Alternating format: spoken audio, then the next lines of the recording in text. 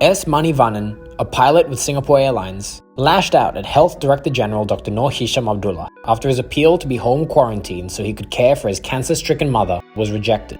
Manivannan said he was devastated by the refusal, especially since he had sought exemption early last month after doing 7 COVID-19 polymerase chain reaction tests and taking his vaccination jabs in the Republic.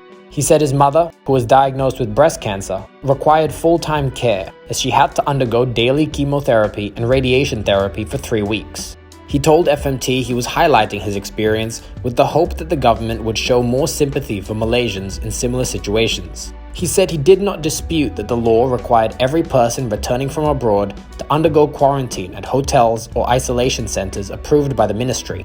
However, he said the law should apply to everyone, in direct reference to Deputy Federal Territories Minister Edmund Santara, who was recently allowed to undergo home quarantine after a 55-day holiday in New Zealand.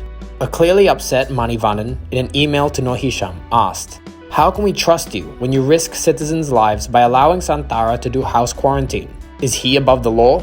Questioning the unfairness, he said, "You tell me how strict you are and that it is important to observe COVID protocols, but you still practice double standards." He further elaborated, "I had done 7 COVID tests before I came to Malaysia from Singapore, got fully vaccinated, and I showed you how stringent the health ministry in Singapore was with pilots in terms of quarantine.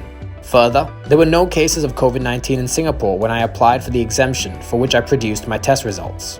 Will Noor Hisham respond to Manivannan's email? Only time will tell.